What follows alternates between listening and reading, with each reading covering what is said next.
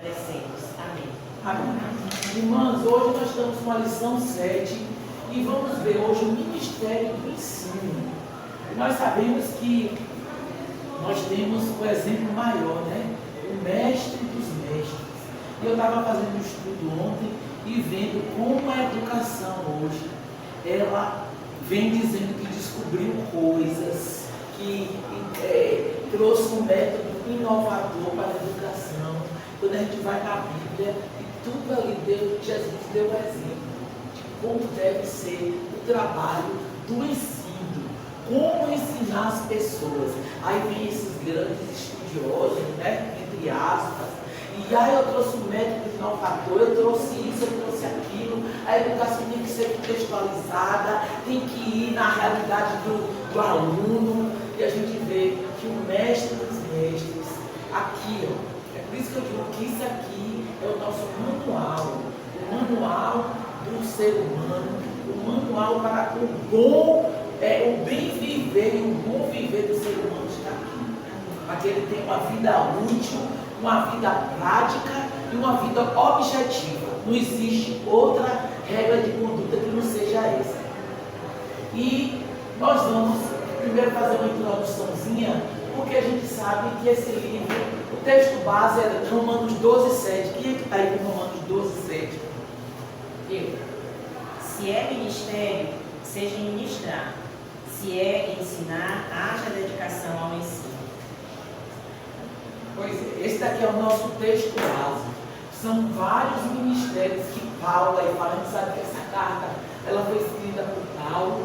E antes de nós chegarmos nesse ponto aqui dos ministérios, eu quero falar com vocês que antes Paulo fala do corpo de Cristo, ele faz uma analogia com o nosso corpo humano. Então Paulo, ele fala que o corpo humano é uma unidade. Nós somos uma unidade, né? Quem é que não sofre com a farpinha no dedo? Não é não? Com a afta na boca. Eu mesmo tenho um problema que eu perdi um dente aqui e eu não mastigo desse lado, mas isso me causa dor de cabeça. E eu fui fazer uma pesquisa, viu gente? E fui, só para dar um exemplo para vocês, que eu já dei uma aula sobre isso aqui. Não sei se vocês lembram que eu perguntei qual era o órgão do nosso corpo mais importante. Teve umas que disseram coração, outros disseram vários órgãos. Aí com essa pergunta eu queria chegar no seguinte: no quê? Não existe importância. Todos são importantes para o bom funcionamento do nosso corpo. Eu me lembro que eu falei desse espelhinho que tem. Quem é que liga para pelinho de nariz? O coração é mais importante do que pelinho de nariz.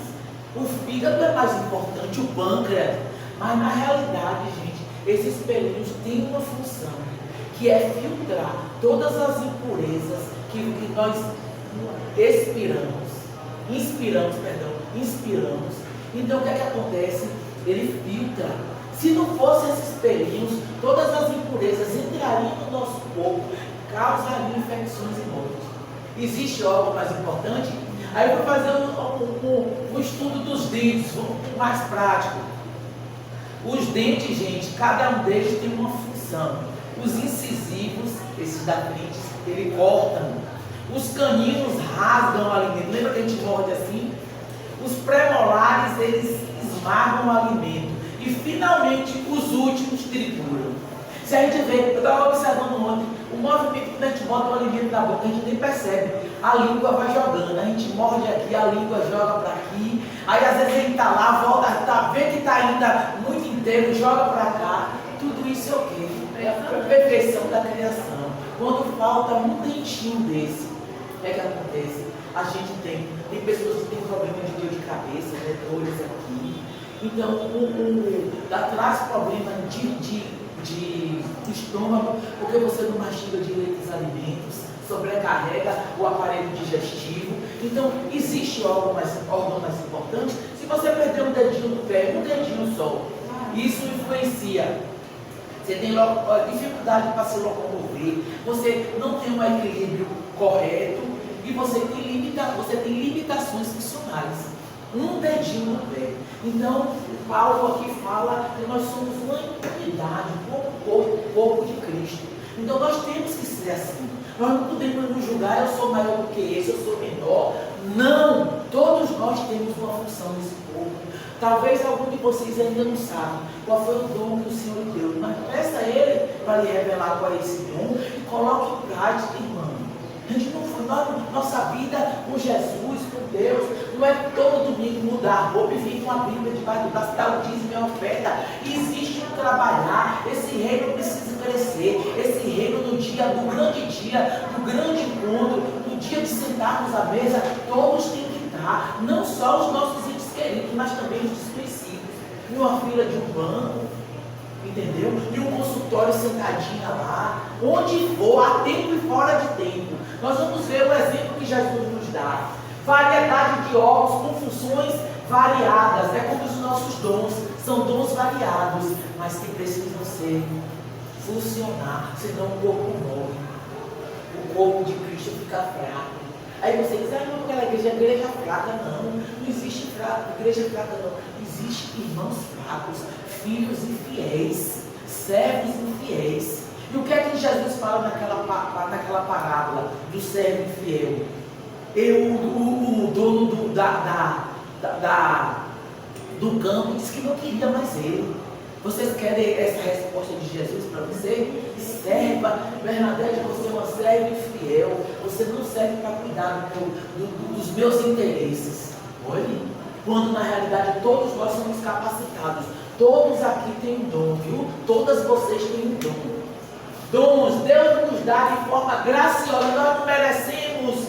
Graciosa porque é pela graça.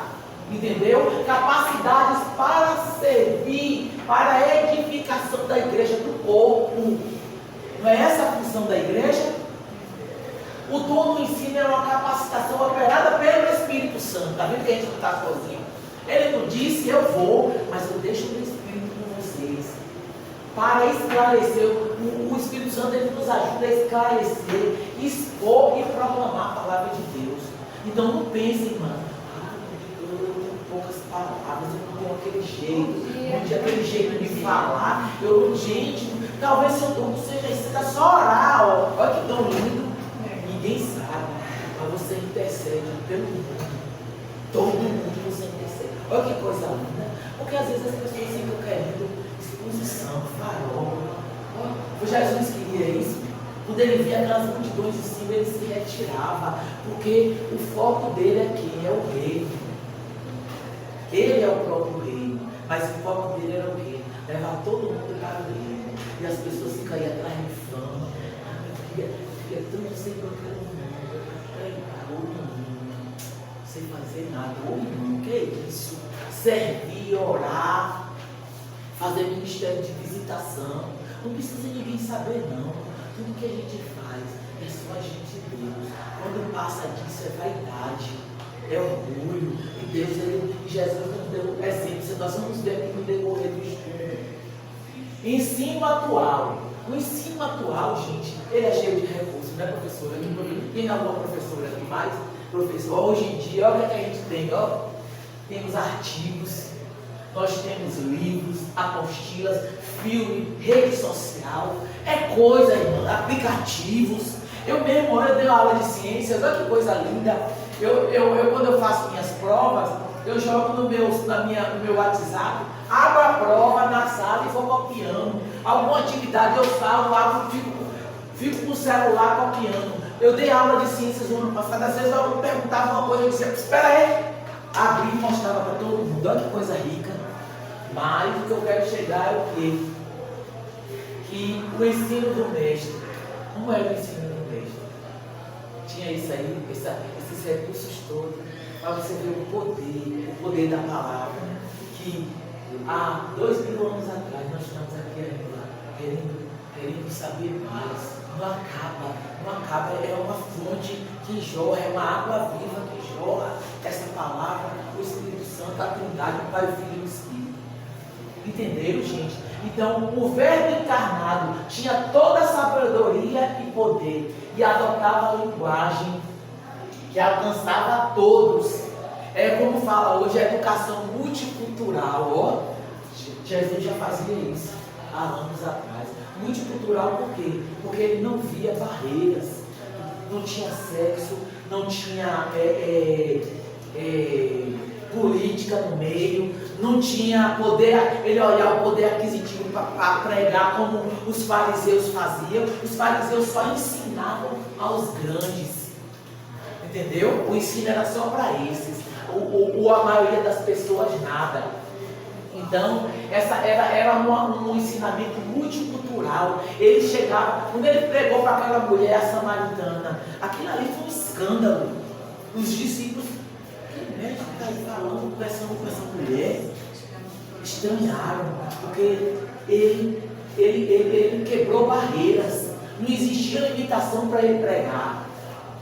Ele tinha uma didática própria. Qual era a didática? Sinceridade, verdade.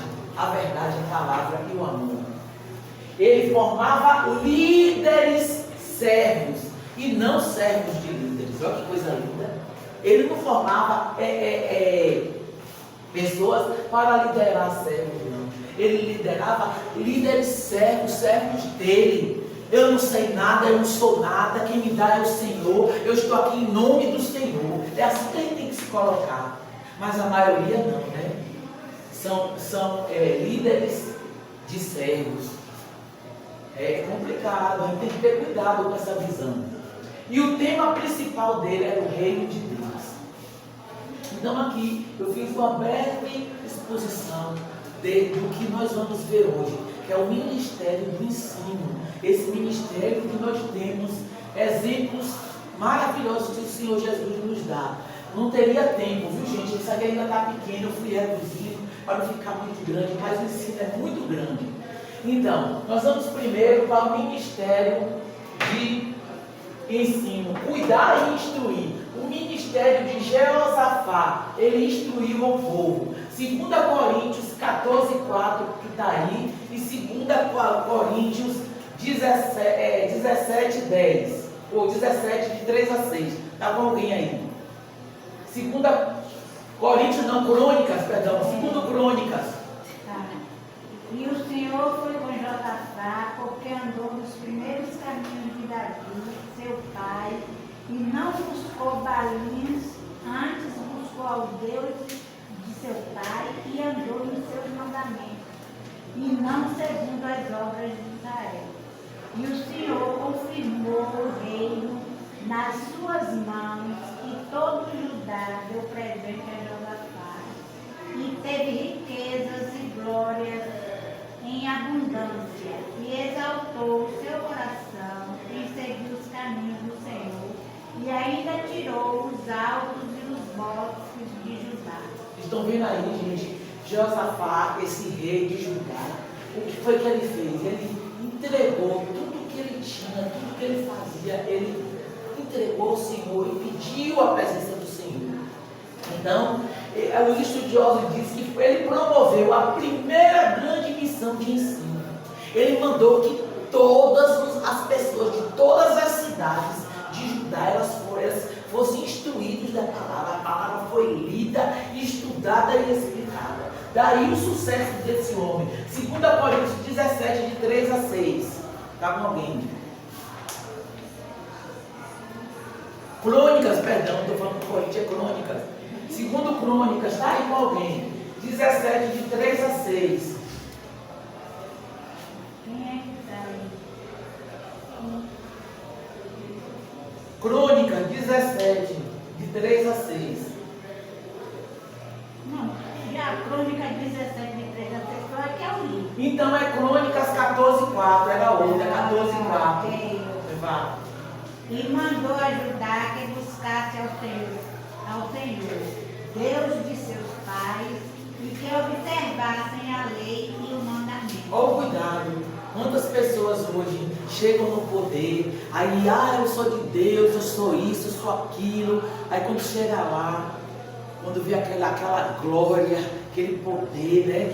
Muitos deles ficam apaixonados pelo poder, o poder de ter pessoas ali sob o seu comando. Então tudo isso a pessoa vai se soberbecendo e ela esquece do Senhor. Então o sucesso de Josafá foi esse. É porque ele simplesmente se voltou totalmente a Deus e fez o com que todas as pessoas que estivessem próximas a ele, todas as cidades, conhecessem a palavra. Porque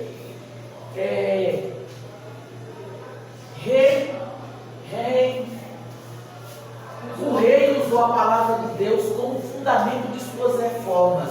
Segunda Crônica 17:10. Quem está aí? Segunda Crônica 17:10. E veio o temor do Senhor sobre todos os reinos da terra que estavam ao redor de Judá. E não guerrearam contra Josafá. E alguns dentre os filisteus traziam presentes a Josafá, como o dinheiro do tributo também. E os aradias trouxeram gado miúdo, 7.700 carneiros e 7.700 bodes. Então, o que a gente quer mostrar aí? Que todo o sucesso dele estava, porque ele estava com foco no Senhor. Ele colocou o Senhor na frente de todas as decisões. Ele fez com que todo o povo passasse a servir ao Senhor. Todo o povo estivesse conectado com o Senhor. Ao resultado, nenhuma nação guerreou com ele. Vocês lembram de Davi? Que ele estava lá naquele apogeu, vencendo, ganhando. Foi o que ele fez, pecou, não foi? Mas ele não veio, ele continua, não foi guerras que vieram contra ele. A guerra começou dentro da casa dele. Vocês viram, né? O filho dele, Absalão, queria matá-lo, né? Queria tomar o reino. Então, a gente tem que ter cuidado, porque o segredo do nosso sucesso é a presença de Deus. E o segredo do sucesso do reinado desse rei foi o quê? O cuidado que ele teve em ser com a palavra. Não só ele conhecia, mas ele fez com que todos conhecessem. Então ele foi um homem abençoado. Nenhuma nação se levantou contra ele. Olha que paz. Então é isso que acontece conosco. A presença do Senhor nos garante paz. Mas não é essa paz que o mundo fica falando, não. É a paz que excede todo o entendimento. É a paz que você tem problemas, você tem dificuldades, mas você está em paz. Porque ela vem do trono. Ela não depende do marido, ela não depende do seu salário, ela não depende de nada, ela não depende de nada. Ela vem do trono. Ninguém explica. Entendeu? Essa semana eu passei por um processo desse. Minha mãe foi fazer uma cirurgia, só que eu conheço ela disse que estava tudo bem, mas estava. Na hora que foi fazer a cirurgia, a pressão baixou, já tinha anestesiado e tudo. Aí foi o que aconteceu, suspendeu a cirurgia, ia ser terça. Quando foi sexta-feira, ela ia fazer a cirurgia 1h da tarde. Aí liguei, minha filha, sim mãe, pede, essa que vem do trono, não é essa que o povo fala aqui não. Aí depois que eu desliguei, eu disse, ô Samuel, vamos orar, porque mãe tem que entender que essa paz que ela precisa agora, não é ninguém dizer, olha, está tudo sob controle, não, essa paz que ela tem que pedir, é de Senhor, eu não consigo ter, é da minha natureza essa inquietação, eu confio no Senhor, o Senhor sabe, mas me dê essa que vem do trono. Ele provavelmente deu, porque a cirurgia foi um sucesso, provavelmente não, ele deu. Vocês estão entendendo como é? Tá mal, o negócio está feio. Tudo que você construiu, você olha agora, está tudo acabado. Meu Deus, mas eu fiz tanto sacrifício, eu engoli tanto saco, não adiantou nada. Está tudo acabado. Não. Fique em paz. É essa paz que esse rei buscou. Busque essa paz, porque embora todas as circunstâncias, você não vai cair, porque você está esperando pelo rei, pelo que vencedor. Você não está esperando por nada daqui da terra. Entendeu? Ele venceu, ele disse, tereis aflições, mas tem de bom ânimo, porque eu venci o mundo. Quer mais alguma coisa? E quando você não conseguir essa paz, que você sabe que nós somos limitados, nossa estrutura é fraca, faz como eu disse, a maninha, pede a do trono. peça do trono. Eu quero essa, porque eu não consigo ter aqui. E Ele dá, porque Ele é bom. E a bondade dele dura para sempre. Fé precisa do conhecimento. Caso contrário, se torna alvo de doutrinas falsas. A fé desse povo, eles tinham fé, mas eles precisavam do conhecimento também.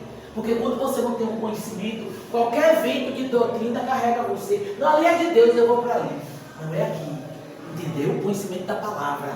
Então foi isso que esse rei buscou para o seu povo e ele teve sucesso. Foi um reinado de sucesso. Outro exemplo é Esdras e Neemias. Esdras era um levita, um sacerdote, e Neemias era o mordomo do rei.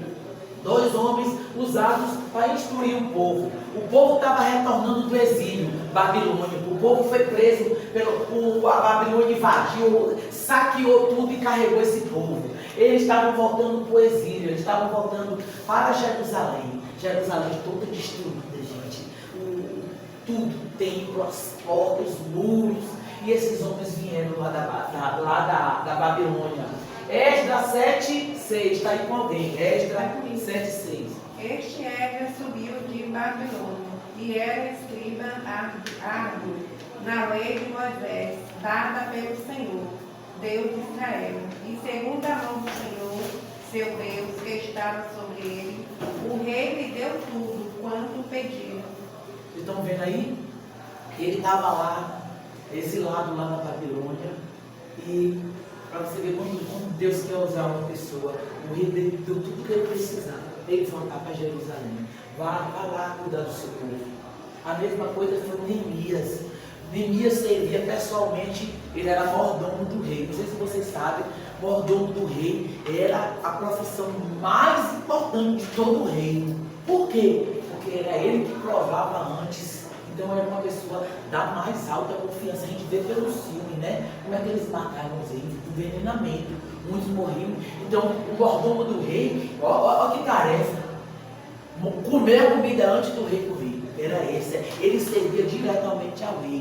E o rei um dia viu o semblante dele caído. Aí perguntou a ele o que foi. Para você ver a intimidade que ele tinha com o rei.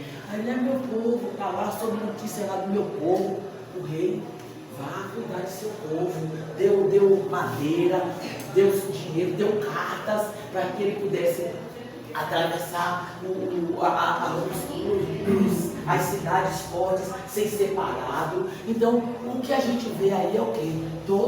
Nós precisamos ter zelo pelas coisas do Senhor. Porque quando nós temos zelo pelas coisas do Senhor, as consequências são quais? Essas daí. Esses homens tiveram sucesso. Eles vieram para Jerusalém, fizeram um reavivamento espiritual. O povo ficou, quando houve esse reavivamento, aí o povo tomou ciência de que estava tudo errado. Por isso que eles foram vencidos pela Babilônia, porque começou a idolatria, se afastaram do Senhor. Então, quando estava tudo lá destruído, que esses homens vieram e mandou falar em todas as cidades, ensinar a palavra novamente. E o que foi que aconteceu? Eles tiveram consciência de que toda a tragédia, esse exílio, eles tiveram que ficar exilados na Babilônia. Então, tudo isso foi o quê? Foi consequência do abandono do Senhor. Eles deixaram o Senhor. Neemias 8:9. Quem é que está aí? E Neemias, que era o Tirsata, e o sacerdote Esdras, do escriba, e os levitas que ensinavam ao povo, disseram a todo o povo: este dia é consagrado ao Senhor vosso Deus, pelo que não lamenteis nem choreis, porque todo o povo chorava ouvindo as palavras da lei. Vocês estão vendo aí, gente, a importância de conhecer a palavra? Então foi esse trabalho. Esdras ficou mais cuidando mais da parte espiritual. Ele era um sacerdote, um levita. E Neemias, a parte administrativa. Não sei se vocês já viram Neemias, ele foi responsável pela construção, né? Reconstrução, tudo ele ali, instruindo o povo. Diz que era assim, ó. O povo aqui cuidando da construção e a escada do lado, tudo de prontidão, tudo foi organizado, mas tudo isso por quê? Porque tinha a presença do Senhor. O sucesso de nossas ações é somente a presença do Senhor. Nem comida, aí a reticência. nem bebida. Alguém está com Romanos 14, 17? Porque o reino de Deus não é comida nem bebida, mas justiça e paz e alegria no Espírito Santo. Então, é errado buscar uma vida boa, não, é muito lindo, né? Você chegar assim no final do mês, pagar suas continhas, né, irmão? Chegar no seu guarda-roupa tudo direitinho do jeito que você gosta, seu armário, a geladeirinha, as contas tudo pagas, água, luz, internet.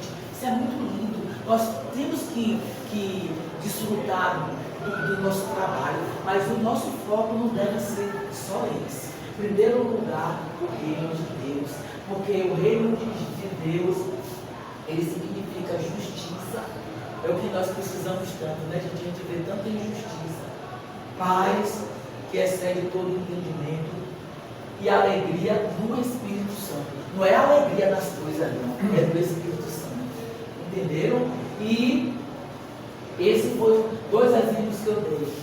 Jeosafá ensinou o povo e só teve vitória. Esdras e Neemias também.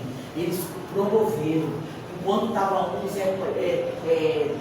Neemias responsável pela reconstrução do templo, tudo, a parte administrativa, quem vai, quem toma conta, e todo mundo de prontidão, os que tocavam buzina quando havia algum perigo, sem falar dos próprios adversários que se levantaram dentro do próprio povo, né? Sambalate, tem um povo judeu que se levantou contra esse trabalho, mas eles foram vencedores.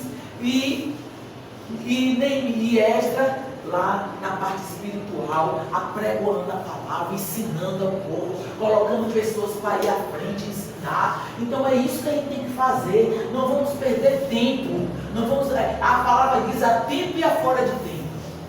E depois, finalmente, vamos a essa grande missão de Maria e José. Imagine a cabeça de Maria, né? Ela sabia que o Filho do próprio Deus estava ali. Mas em um momento isso trouxe nenhuma dificuldade para Maria. Maria criou o filho dela, assim como a gente cria o da gente. Primeiro era amamentando, dando comidinhas, os primeiros passos. Mas o detalhe é que Maria e José, eles fizeram coisa linda. Eles seguiram tudo que a lei, a religião judaica, eles eram judeus, tudo que a religião mandou fazer, aqui na Bíblia tem, né, gente? Levítico, eles cumpriram. Jesus foi circuncidado no 8º dia de nascimento, Levítico 12:3, está contendo. E no 8º dia se circuncidaram ao menino a carne do seu prepúcio. Tá vendo? Aí ela poderia dizer, filho de Deus, cadê essa besteira? Vamos pra praia, gente. Vamos pro shopping. Vamos dormir. Não, eles eram pessoas realmente tementes a Deus. Eles não eram religiosos. Eles eram tementes a Deus. Entendeu? Como é que a gente, nós somos cristão. Minha filha, dia de domingo, sábado e domingo é meu descanso. Eu não quero nem saber. Quando dá, eu vou para a igreja. Domingo é o dia do Senhor, gente. Ninguém marca nada comigo domingo. Domingo, ninguém nem conte comigo. A não ser uma coisa extraordinária, né? Uma pessoa adoeceu, ou uma grande festa na família, que só vai ser aquele ano que reuniu todo mundo, né? Tiago, uma exceção. A gente vai para outra congregação, vai ter um trabalho lá, mas, gente, o domingo é o dia do Senhor. Então, Maria e José, eles viviam realmente a religião que eles acreditavam. Eles seguiam o que era aqui, né? Porque não é o Torá que eles tinham naquela época, os 5 primeiros livros da Bíblia, só tinha isso. Então, Jesus foi apresentado no templo, Lucas 2:22. E cumpridos-se os dias da purificação, segundo a lei de Moisés, o levaram a Jerusalém para o apresentarem ao Senhor. Olha aí, tudo a obediência, né? Tem que haver obediência. Anualmente a família subia a Jerusalém, a gente vê aí, né? Todo mundo sobe para Jerusalém na Páscoa, chega lá, eles se reúnem, vão para o templo, compram um animal, fazem um sacrifício. Agora a gente não precisa mais nada disso, né? Porque o Espírito Santo habita em nós aceitamos Jesus, nós só podemos agora servir e nos alegrarmos na presença dele. Jesus e seus irmãos eram ensinados em casa e na sinagoga por mestre. Olha a importância da gente ensinar os nossos filhos em casa. deixar a responsabilidade toda para a igreja. E agora nós, como professoras, temos agora que educar os filhos. O menino hoje em dia, o menino não sabe o que é desculpe, por favor, obrigado. Estou mentindo, professora? Aí, um dia desse, uma menina grande, sim, minha filha, você está errada, não está? Sim, o que é que você vai me falar? Ó, gente, realmente ela não sabia o que ela tinha de falar. Foi que um gritou de lá, fala foi mal, que agora eles pedem desculpa, foi mal, né? Fala foi mal. Quer dizer, ele não tem, os pais não estão tendo esse cuidado de educar os seus filhos. Faz cada dia mais novo. Pois é, sem estrutura nenhuma. Então, mas também, mesmo com pouca idade, falta a presença do Senhor, a gente percebe. Ele não tem nem ideia de nada disso. Então, qual é a responsabilidade nossa? Não só o conhecimento do mundo, conhecimento português, mas o conhecimento principalmente, primeiro, a base de tudo é na família. José e Maria ensinavam Jesus e também levavam eles para a escola bíblica dominical. Como é a escola, diz que a quantidade de alunos que tem na escola bíblica dominical em relação ao tanto de membros é isso. Poucos vêm para a escola bíblica dominical. Então, Jesus conhecia a lei, Lucas 2,46. E aconteceu que, passados 3 dias, o acharam no templo, assentado no meio dos doutores, ouvindo e interrogando. Olha, a gente está vendo aí como Jesus, ele conhecia a palavra. Ele conhecia, mas ele não conhecia porque ele era filho de Deus, ele conhecia porque ele foi instruído. Olha aí a excelência da escolha de Jesus, de Deus. Deus olhou ali a terra toda. Quem foi que ele escolheu? Maria. Por que ele escolheu Maria? Porque ela era mais, tinha mais conhecimento, que tinha a possibilidade de dar uma vida confortável a filho dele. Não, ele conheceu, ele escolheu porque ele conhecia o coração. Ele sabia que ali, nesse lar aqui, com José e Maria, o menino ia ser instruído nos caminhos do Senhor. E a gente leu aí, até quando envelhecer, não se desviará dele. Aí você vai dizer assim, mas eu ensinei meu filho, eu dei um exemplo, e ele não está tão distante. Você tem dizendo que ele está distante, né? Porque Deus ainda está, controlando todas as coisas. Não pense que nada foge ao controle do Senhor. O menino, você está aqui, o menino está em léguas de distância, mas ele está vendo tudo de lá de cima. Ele sabe o que foi que você plantou, ele sabe o que foi que você semeou, conhecendo dele ao menino. Então nada está perdido, nada está perdido. Não pense, como eu disse, está olhando aqui também. Tanta coisa eu fiz, tanto sacrifício, foi tudo vão, ok, mano, tenha paciência, vamos caminhar. Então, gente, Provérbios 22:6, já leu? Instrui o menino no caminho que deve andar, e até que quando envelhecer não se desviará dele. Pois é. Está aí alguma dúvida? Não vai se desviar. Porque a palavra é a vida. Essa palavra ela tem vida. E ela gera vida.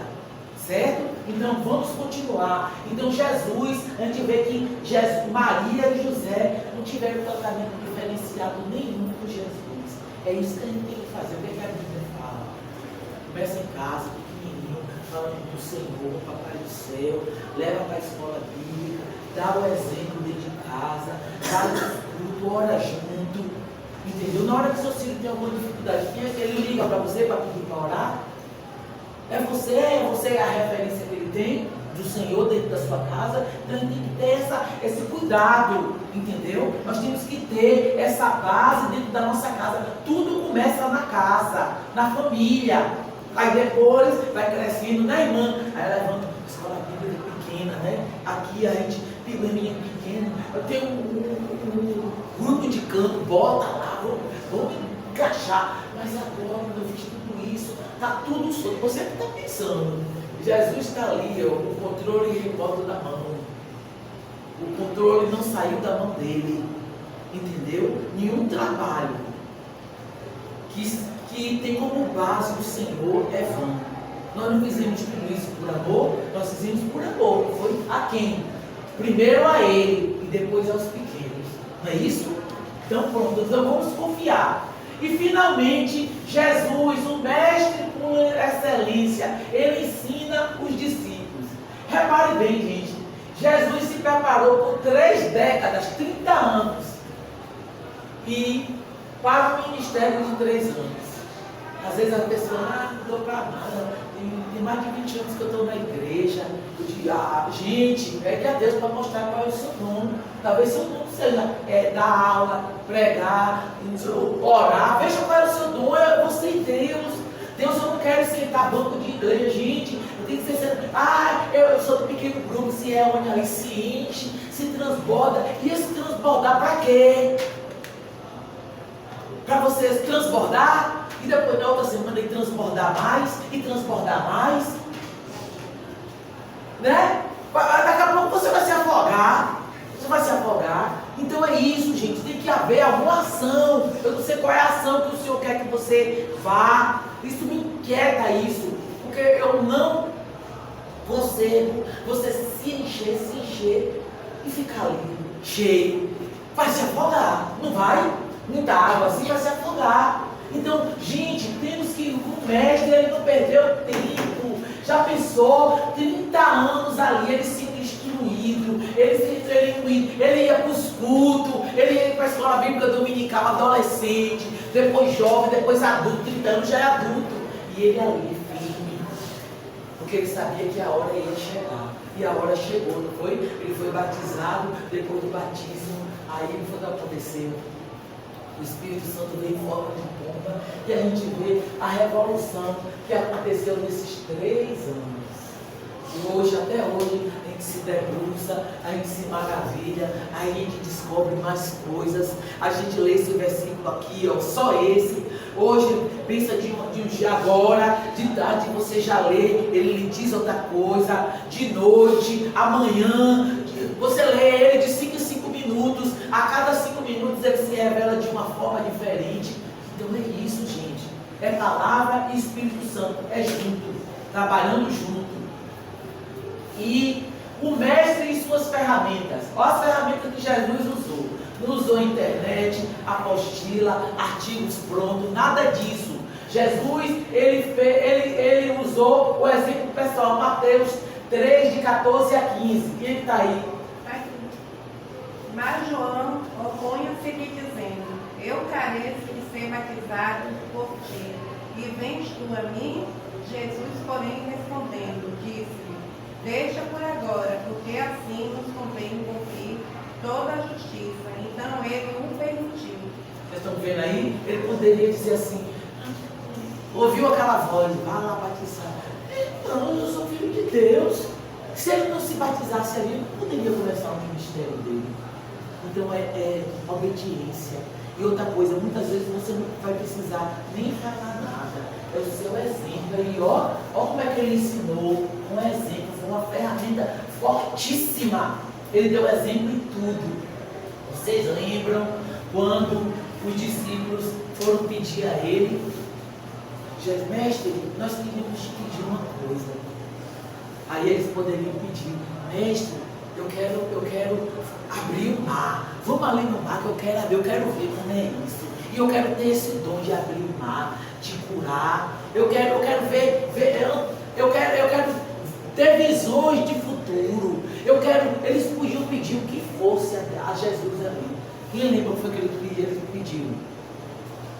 Foi que os discípulos pediram a Jesus. Ensina-nos a orar. Ensina-nos a orar. Olha o exemplo. Eu tenho certeza que eles pediram isso porque eles viam como Jesus vinha com mais poder. Né? Eu acho que transparecia no rosto dele. Né? Eu acho que o homem devia vir aquela coisa mais sublime, mais. Entendeu? Que eles pediram, olha o que foi que eles foram pedir? O exemplo. Eles sabiam que todo o poder dele vinha nessas orações. Ele estava ali conversando diretamente com o Pai. Não é lindo isso? Não é lindo? O exemplo pessoal, precisamos dar o nosso exemplo, viu? Avaliação prática, Lucas 4,15. Ele ensinava nas suas sinagogas e por todos eram louvados. Ah, 15, pastor, eu acho que está com ela aqui, ó. É aqui, ó. E ensinava nas suas sinagogas e por todos era louvado. Isso aí, o exemplo prático. Ele aplicava o que ele ensinava. Muitas vezes a gente está, né, ali falando, filho, menino, não faça isso não, menino. Menino, isso e isso. Muitas vezes não precisa nem falar. Haja só, seja serva, seja uma mãe serva, um pai servo. Avaliação objetiva, Mateus 16, de 13 a 16. Está com alguém? Mateus aqui, ó, 16, de 13 a 16. Está com alguém, tá não?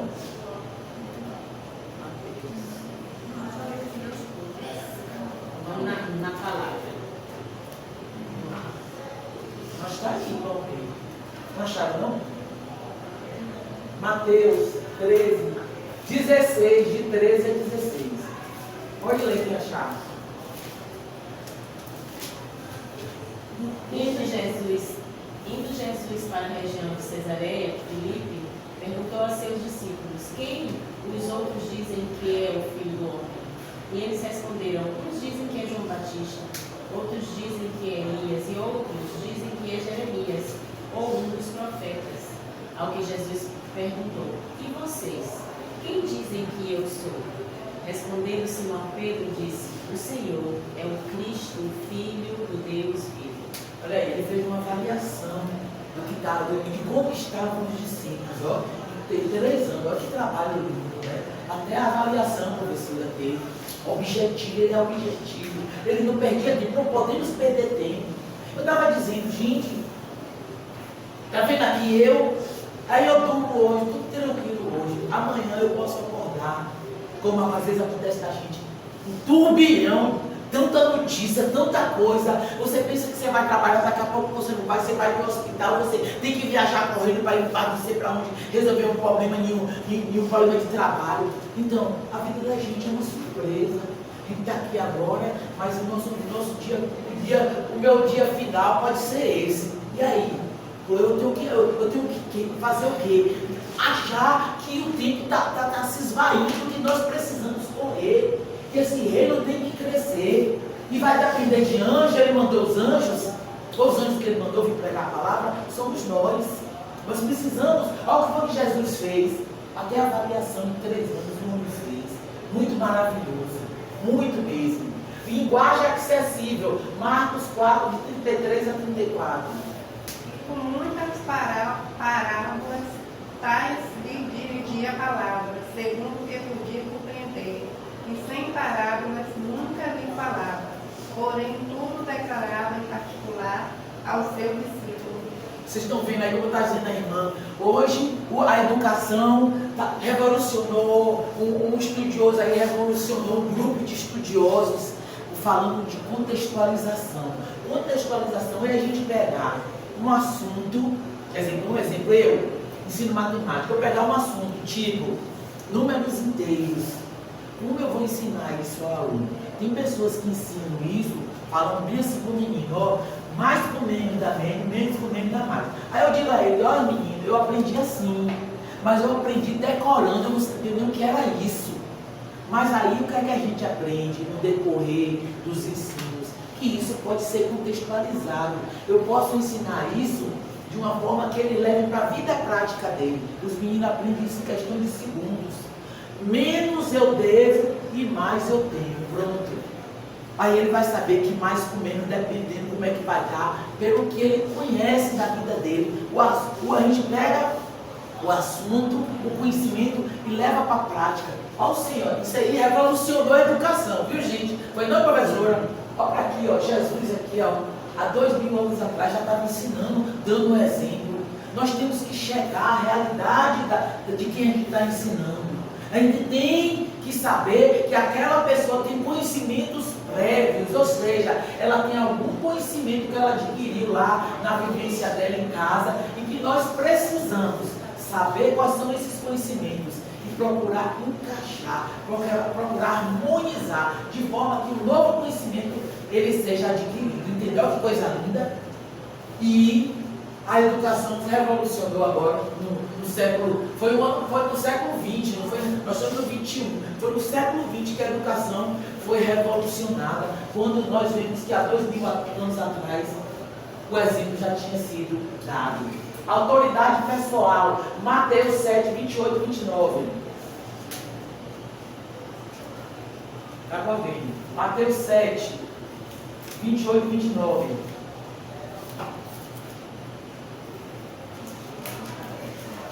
Pode ler? Pode.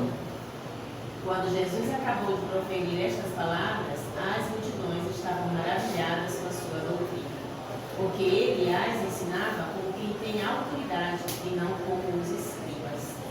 Aí o que é que aconteceu? Mas a autoridade dele vinha daqui. Porque os escribas, os doutores da lei, eles criavam doutrinas humanas, coisas que na Bíblia não estava. Não tinha, na Bíblia não tinha nada disso. Então como é que vai ter poder se não tem base na palavra? A autoridade dele estava na palavra. Que era o próprio verbo. E que era ele o próprio verbo. Eu botei bem aqui, ó. Cadê? Não foi que eu botei ali? O verbo encarnado, toda a sabedoria e poder, adotava a linguagem que alcançava a todos. Aí, o verbo. Então é isso que a gente tem que observar aqui.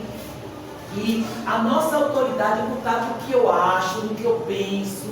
Ah, porque eu vivi isso. Não, é na palavra. Lembra como foi que ele venceu Satanás, a tentação lá?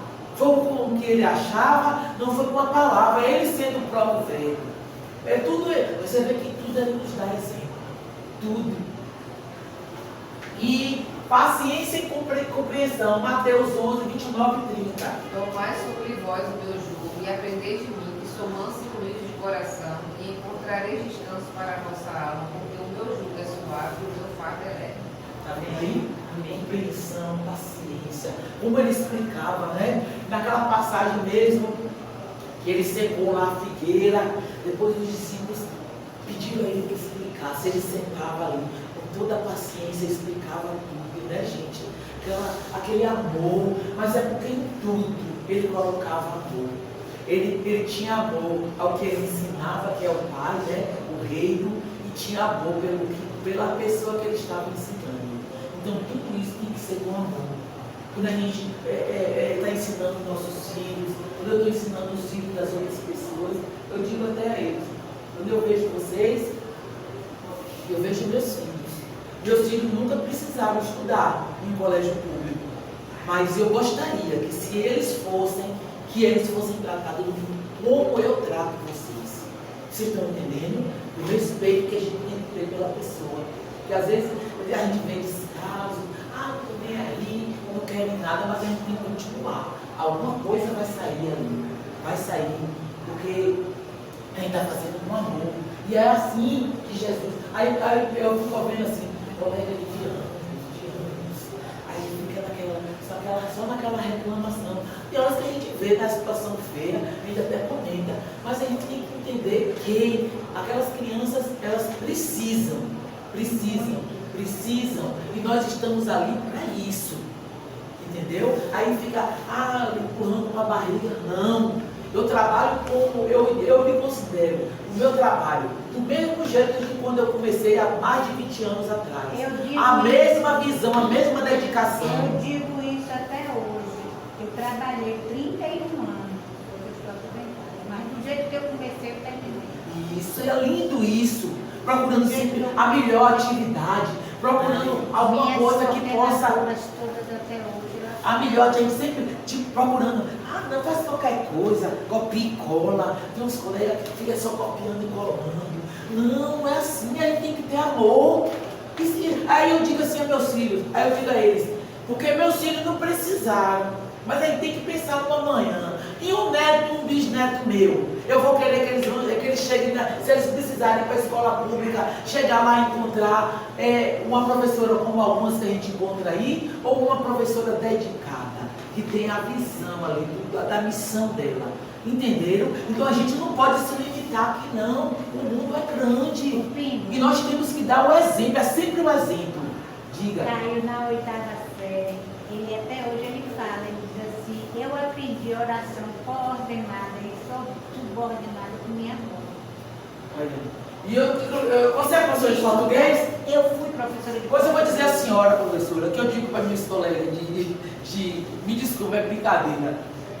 Eu digo a elas, minhas colegas de português, eu sou de matemática, eu digo, esse assunto, orações coordenadas, subordinadas, assindéticas, isso não é do céu. Eu brincando que não existe nada mais complicado do que isso. Você lembra? Galileu. Ele estudava no Galileu, sempre estudou no Galileu. Mas ele disse, eu aprendi isso com a minha avó. E professor, é complicado o negócio é, a cabeça dá um nó, eu não gosto disso. Pois é, então, sempre com paciência, compreensão e muito amor. Tudo isso que ele fez aí foi regado com muito amor mesmo.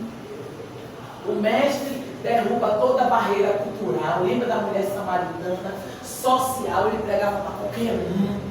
Vocês lembram que ele entrou na casa de Zaqueu, os murmúrios, né? Murmurando, larga seu ladrão, ele se mete com o ladrão, com prostituta, lembra de Maria Madalena, do julgamento, e como essas pessoas se revelaram vasos escolhidos, né? Paulo, quem é que queria graça com Paulo? O próprio escritor dessa palavra, desse livro, Paulo era um homem mau, Paulo era um malvadão, mas era um escolhido. Seu filho, seu marido, aquele chefe, assim como você também é um vaso escolhido. Entenderam? Aquele filho que está lhe dando muito problema, aquele marido. A gente não vê, gente, pelo olho humano. Tem certas pessoas que a gente olha assim, a gente não vê como, mas é vaso. Agora só nos colocaram ainda na mão do Senhor. Mas a hora vai chegar. Todo mundo que nos suporta.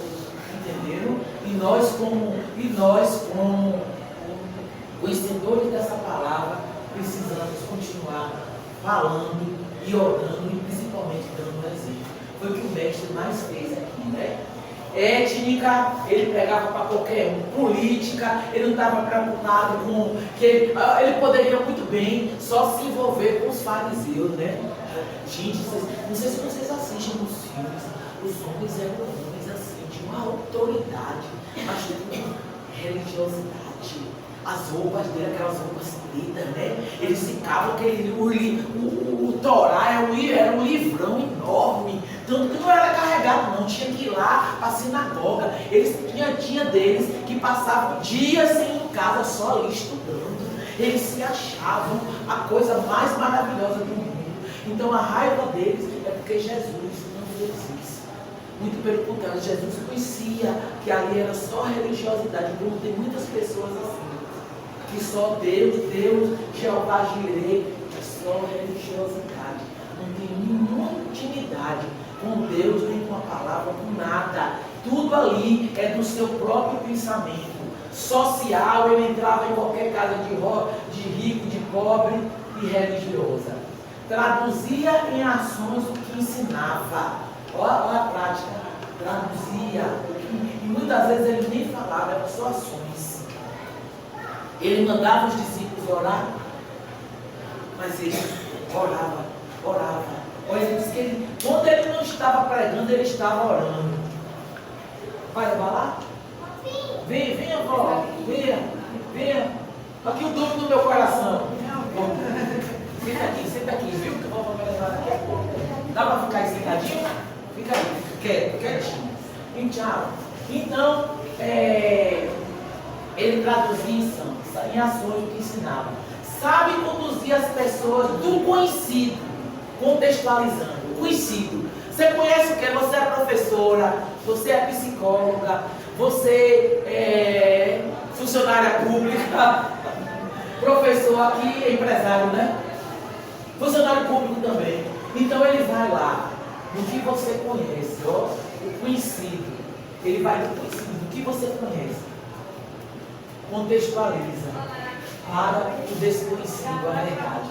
Como ele fez, ele disse assim, ó, chegou para Pedro e André, os dois irmãos, ele pescando, venham, que eu vou fazer vocês pescadores de homens. Eles conheciam de pesca, mas ele levou para o desconhecido a verdade. Vocês vão agora pescar homens.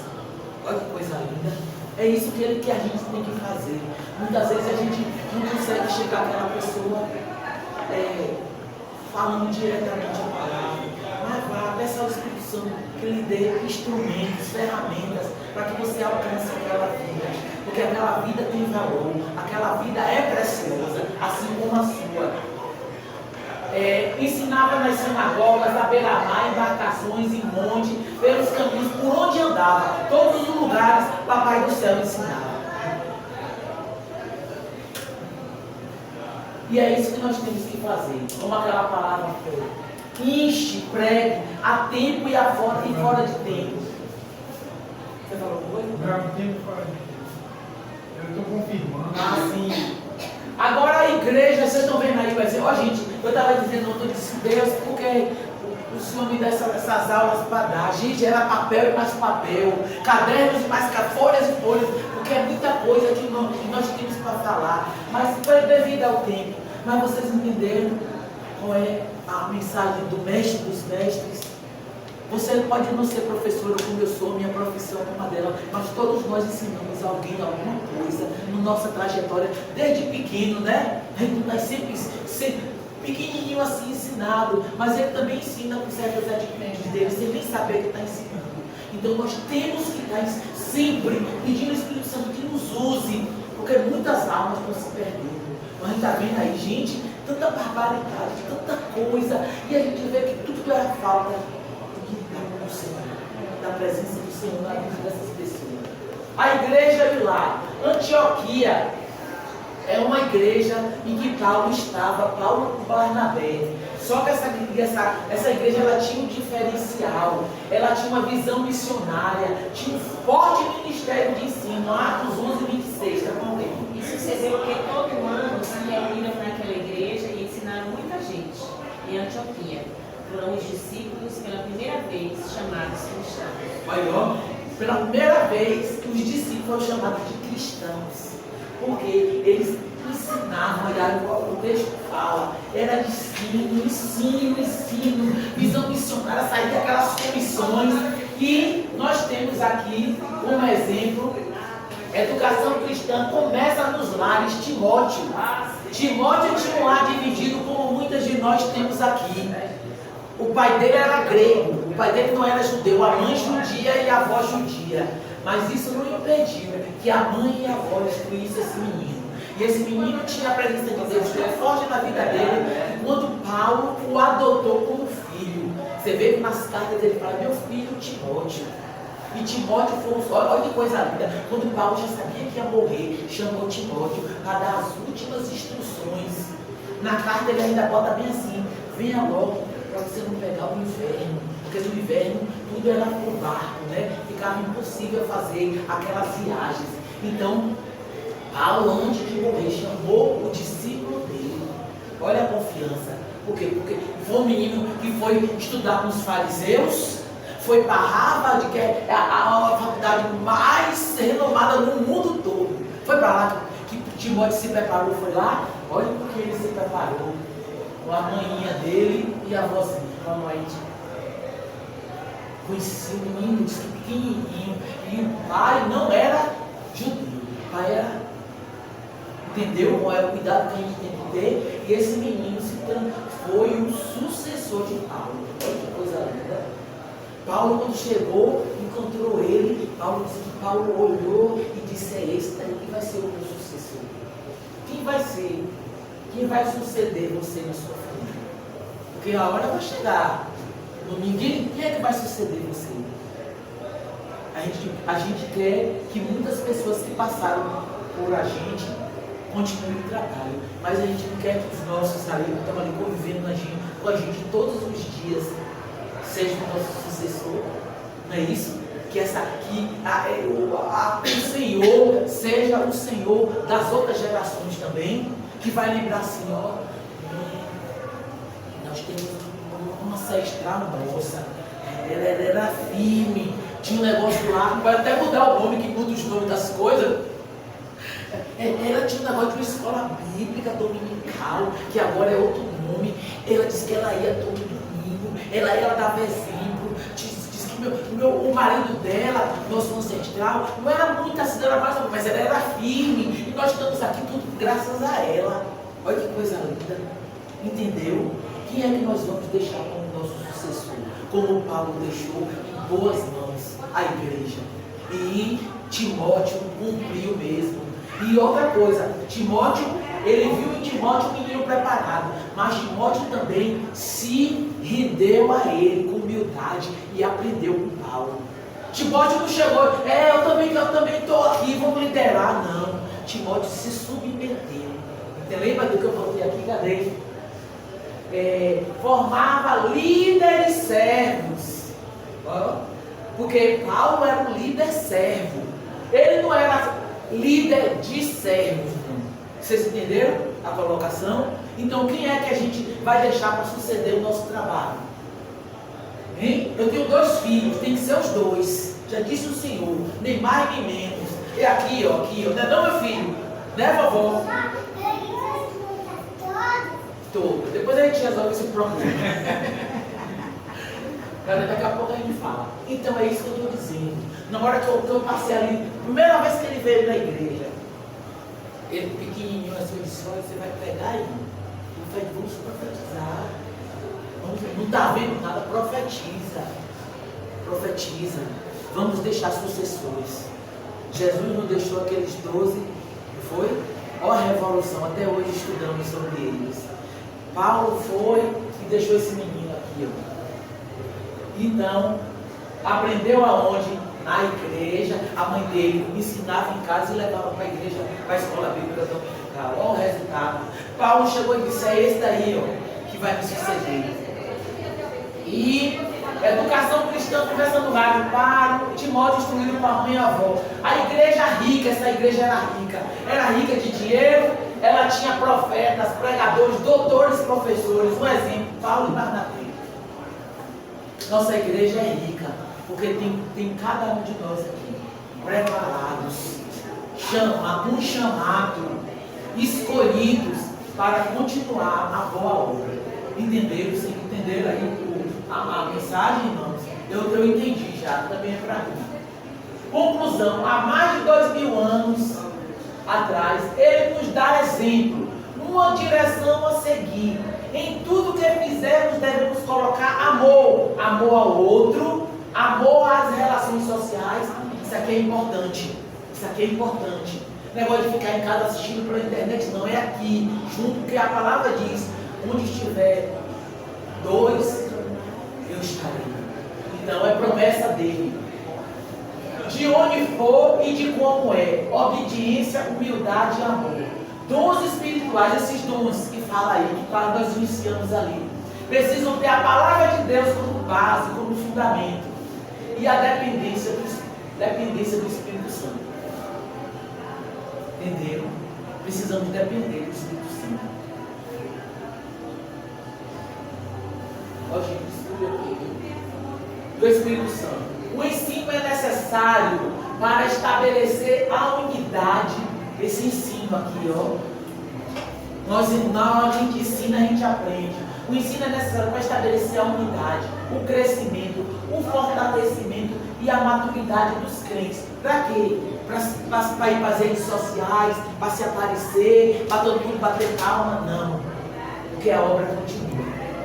Então que nós possamos entender que a responsabilidade não é do pastor, a responsabilidade não é do irmão Adevanda, nosso livro, nem minha, nem de ninguém. A responsabilidade é de todos individualmente. Vamos continuar a obra. Aí, ó, os exemplos de como é importante o ensino. E quem é que nos capacita? É o conhecimento da palavra, é a presença do Espírito. Que nós possamos buscar cada vez mais, conhecer mais de Deus, buscar cada vez mais a presença do Espírito. Vamos orar? Vou pedir